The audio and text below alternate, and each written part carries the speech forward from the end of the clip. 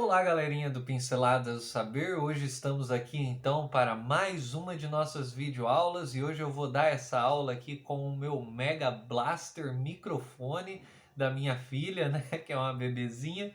E eu falei assim: "Ah, que legal, acho que eu vou falar como se eu estivesse reproduzindo o som através do microfone dela."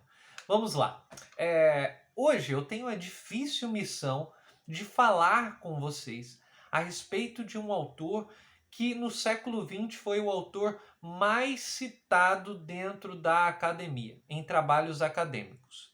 Esse autor, tamanha a produção dele e a avalanche que ele provocou no pensamento ocidental, é ninguém menos e ninguém mais que Michel Foucault.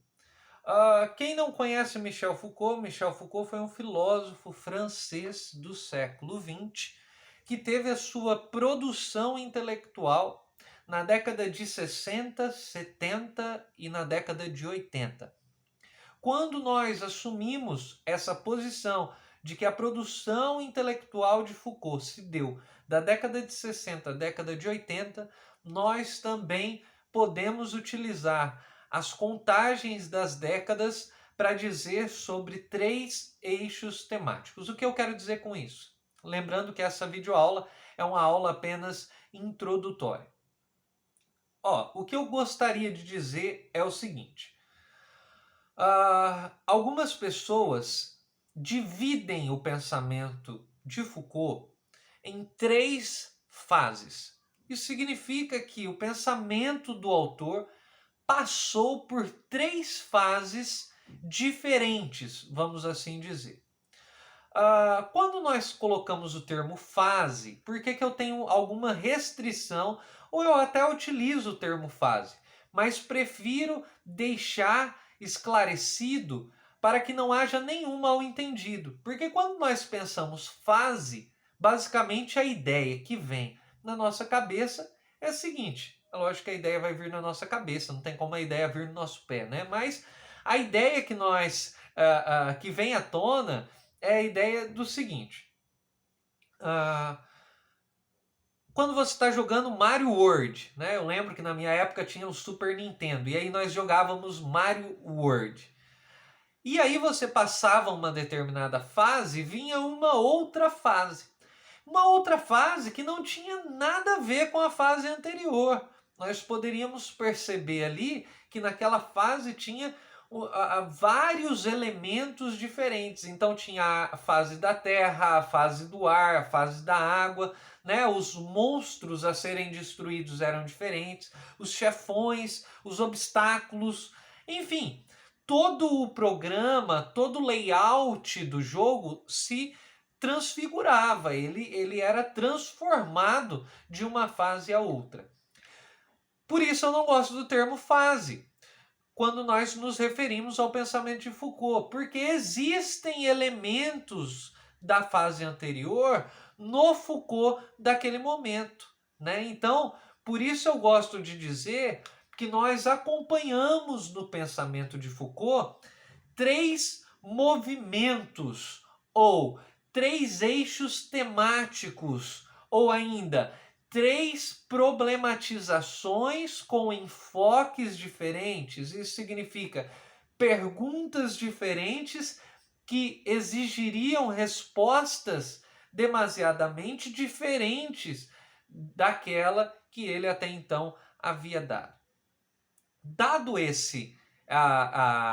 essa explicação, eu ainda gostaria de fazer um acréscimo, que também no pensamento de Foucault, e aí eu estou utilizando e eu gostaria de fazer desse vídeo uma homenagem a um professor brasileiro, filósofo chamado Roberto Machado, que estudou com Foucault e com Deleuze, foi especialista no pensamento de Foucault e foi especialista também no pensamento de Nietzsche.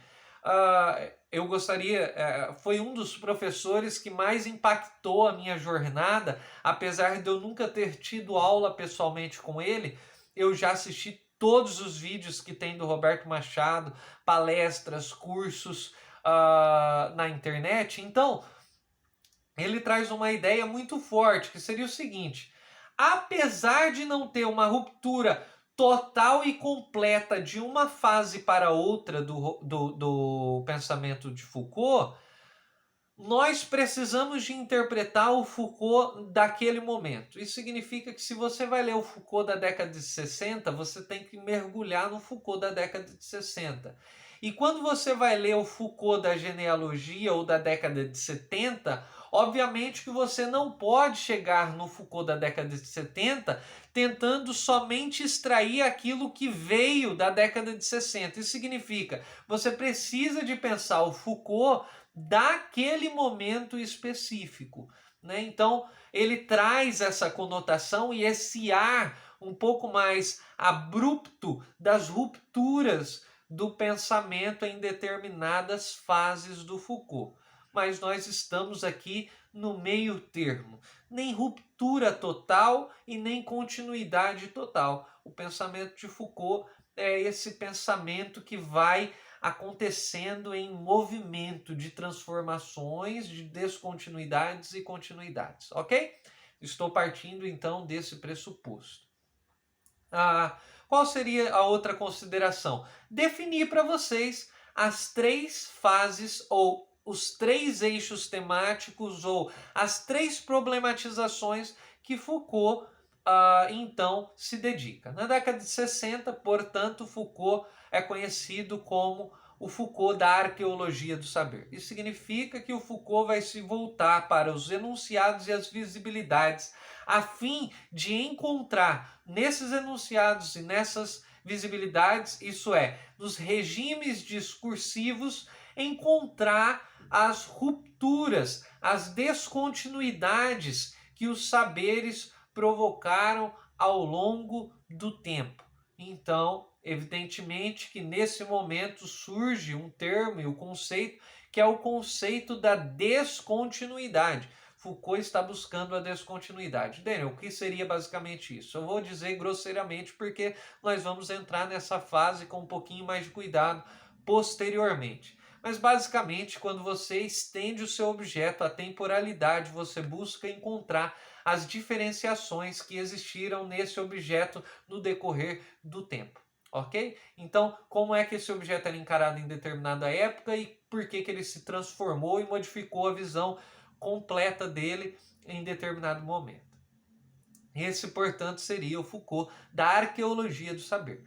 Se nós vamos para a década de 70, nós temos então o Foucault da genealogia do poder. Então, evidentemente, algo que já estava posto na sua pesquisa anterior, mas aparece com muito mais força nessa década de 70, que é a ideia dos não ditos, né? Daquilo que não é dito, daquilo que não está enunciado a priori, né? Daquilo que não está escancarado. Então, você dá um passo atrás e busca como é que se constitui a prática desses saberes e como que a própria prática desses regimes discursivos influenciam na formação desses saberes, né? Na formação desses discursos. E então nós iríamos para a década de 80, que eu acredito ter ali a maior mudança do pensamento de Foucault, a maior distinção de problematização para a problematização anterior, que é o que nós chamamos de ética do cuidado de si, né? Ou nós poderíamos dizer estética da existência, que o Foucault recorre então aos gregos antigos num conceito de epimeleia reatu, isso significa conhece-te a ti mesmo, né? E aí ele vai então se debruçar sobre especificamente como é que determinadas práticas e técnicas de si reverberam com força na formação do sujeito. Por isso, a ideia de modos de subjetivação, como se a subjetividade fosse também fruto de uma ação e de uma prática que o próprio sujeito exerce sobre si, nesse movimento que nós dizemos um movimento de dobra, né? Como é que essa força do sujeito sobre ele mesmo, do sujeito do assujeitamento exercendo força sobre ele mesmo pode provocar mudanças e uma formação da sua própria subjetividade, vamos assim dizer. Então, eu elencaria três momentos: arqueologia do saber, década de 60, genealogia do poder, década de 70, e ética do cuidado de si ou estética da existência, década de 80. Eu diria então algumas indicações, não vou dizer três indicações, vou dizer mais, mas algumas indicações para você ler esses determinados momentos. Na Arqueologia do Saber tem um texto que é muito difícil do Foucault, chamado Arqueologia do Saber. Eu diria para você não começar por esse texto.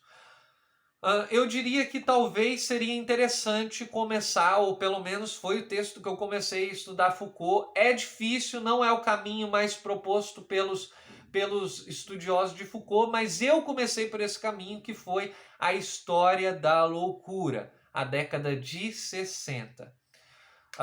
Então, Arqueologia do Saber, História da Loucura, as palavras e as coisas. Aí nós teríamos a segunda fase do Foucault.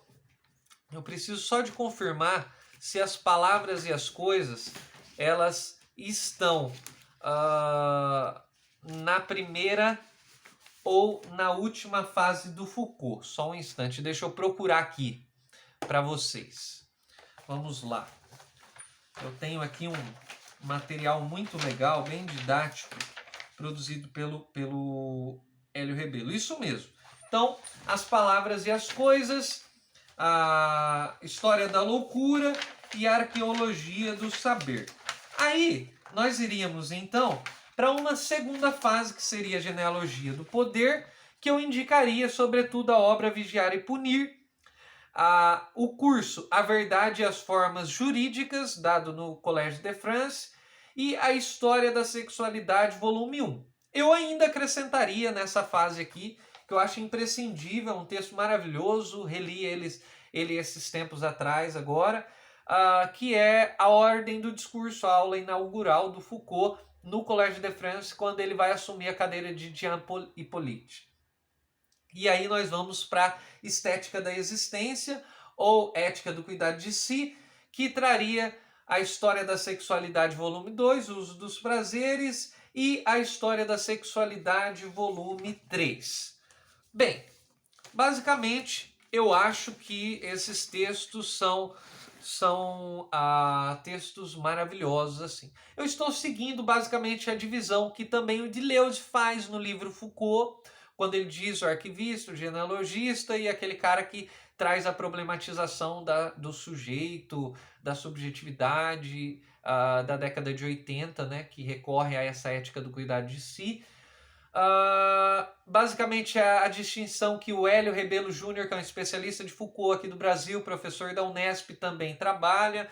Basicamente a ideia também que o Thomas Flynn, que é um filósofo estadunidense, também trabalha. Basicamente a ideia que o Lucas Almeida Pereira, autor desse livro aqui, da Filosofia e História, os diálogos entre Foucault e os análises, também trabalha década de 60, 70 e década de 80. Então, esse seria um panorama do pensamento Foucaultiano. Foucaultiano estaria inserido ali da década de 60 à década de 80.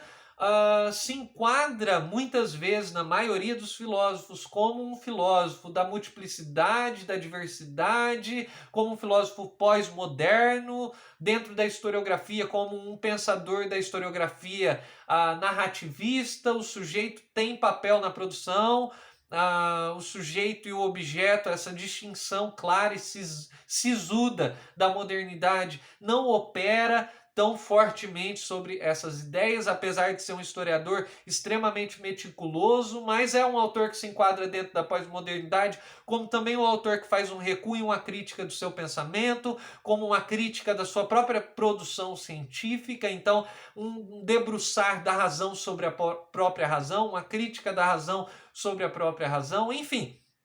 É um autor que se enquadraria dentro desse panorama aí específico, histórico do pensamento ocidental, né? É óbvio que existe agora, por exemplo, um outro camarada chamado Ralph Lyon, que está dando uma nova pegada, uma nova vertente a conceitos como descontinuidade no pensamento de Foucault, dizendo que ele não é tão pós-modernista assim, ele não pode ser tão encarado como narrativista assim, etc e tal, mas é um debate que está sendo aberto contemporaneamente, né? Mas na maioria das vezes o que nós aceitamos, ou que a maioria dos historiadores e filósofos aceitam, é enquadrar o Foucault dentro dessa ideia de uma historiografia pós-modernista. Ok? Bem, eu espero que vocês tenham gostado, né, dessa aula introdutória sobre Foucault e que vocês se mantenham aqui porque nós vamos dar continuidade a isso.